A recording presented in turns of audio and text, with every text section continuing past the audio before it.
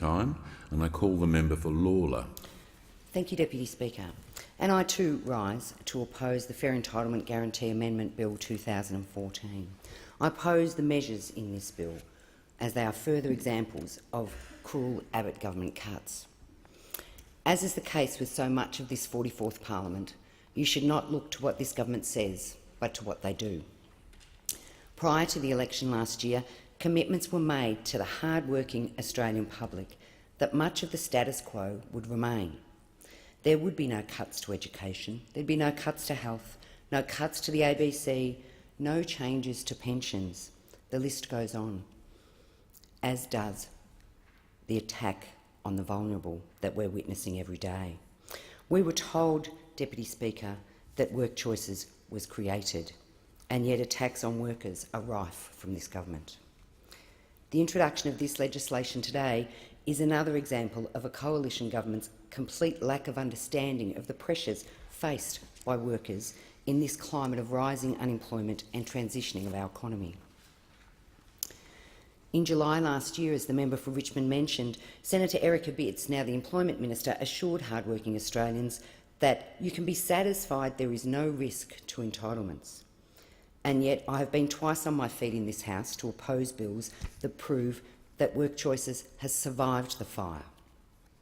To use an analogy from popular culture, one that perhaps will date me, work choices is slowly coming back to life, like the Terminator.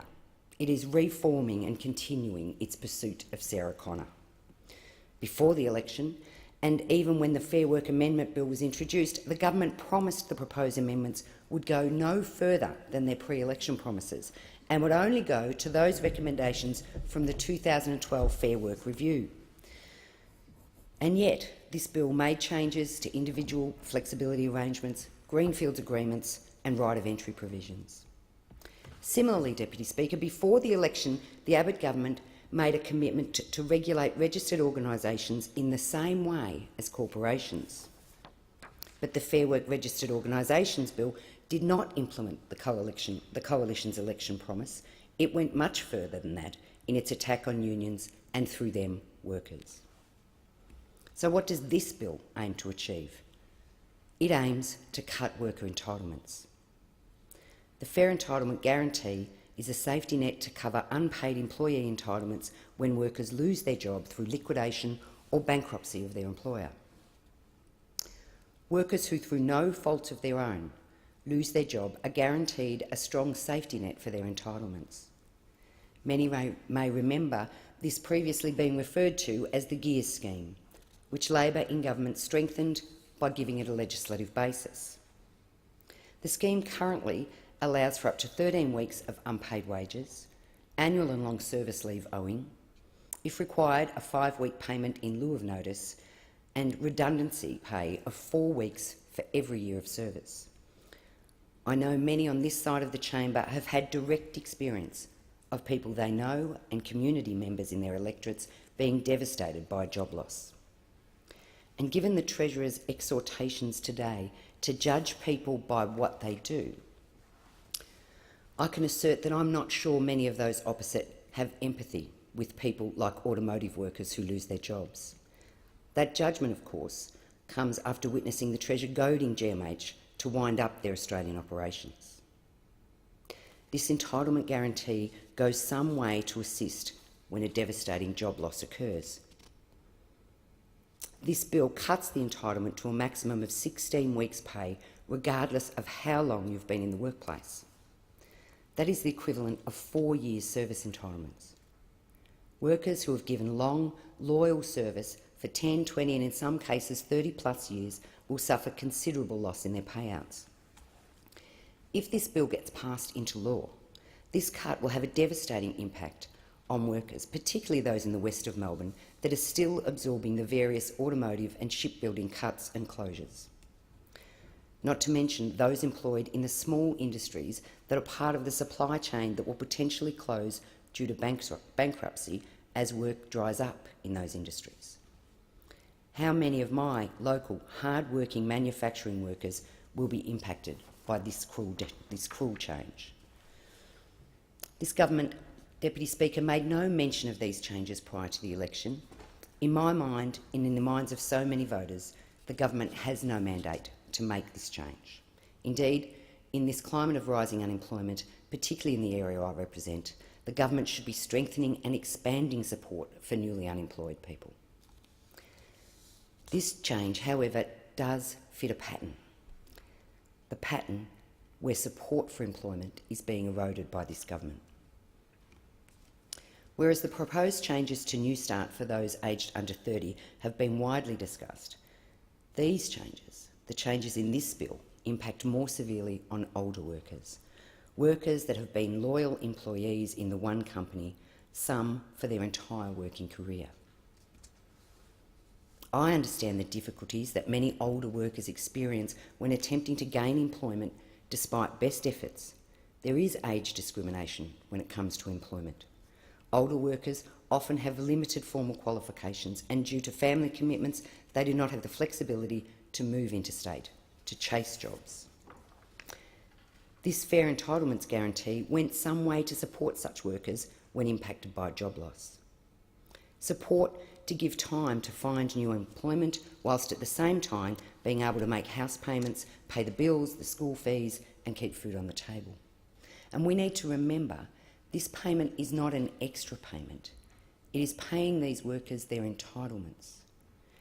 Annual and long service leave, pay in lieu of notice, redundancy payments. These payments provide an opportunity for a worker to make a new start, find new employment, stay out of the New Start system. So in some ways, this cut is in fact another example of a false economy from this government, so concerned about the economy. As I alluded earlier, those workers in the automotive industry will be significantly impacted by these changes. We know this industry is declining and that this government has withdrawn support, as previously promised. Before the election, now Junior Minister Jamie Briggs said the Coalition has committed to ongoing support for the auto industry and has agreed to continue funding the Automotive Transformation Scheme.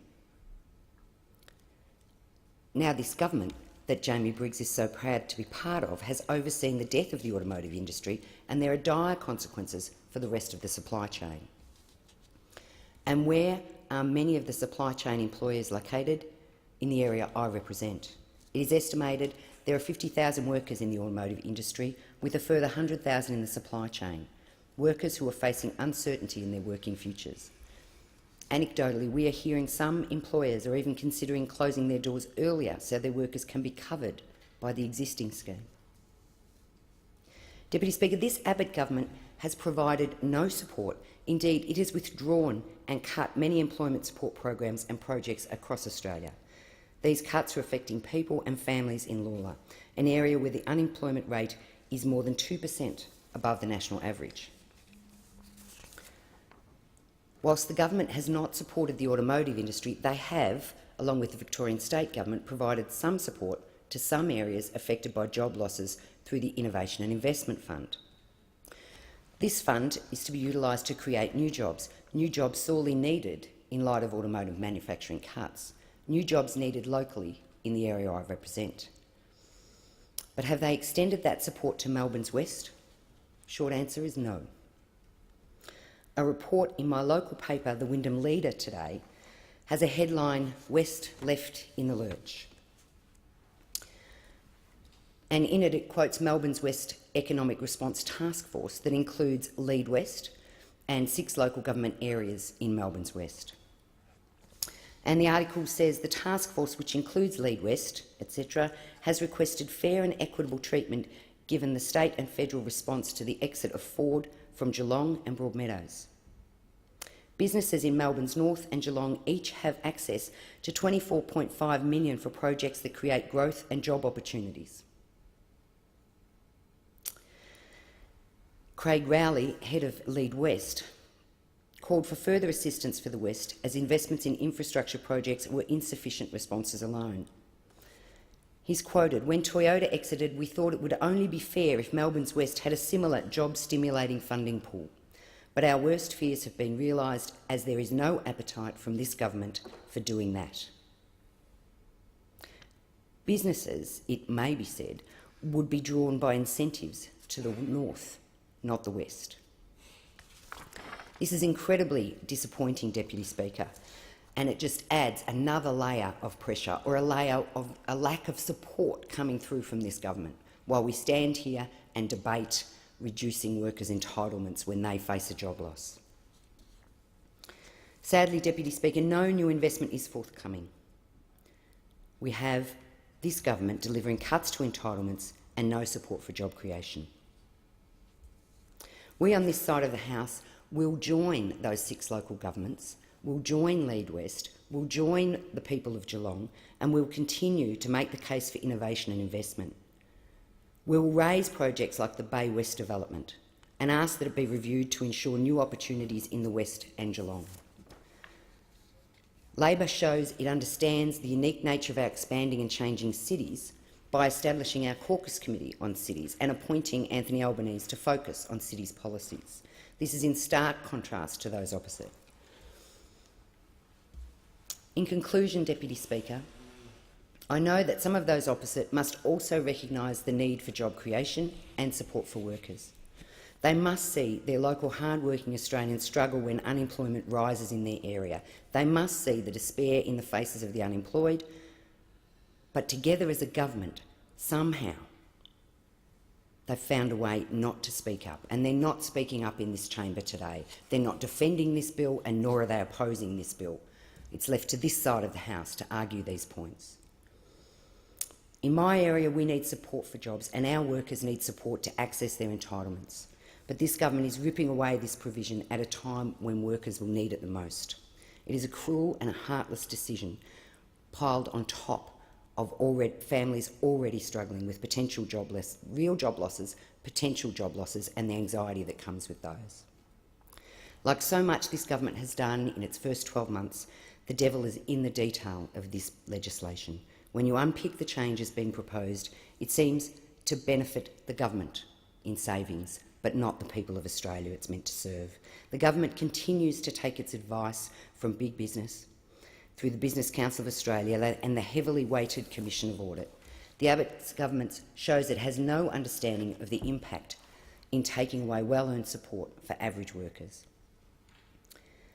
Labor and government wanted to ensure workers received the strongest protections for worker entitlements possible. That's why we moved to bed these entitlements in legislation, and as the member for Richmond said before me, we are grateful that we did that we were on our feet today making a point about these changes.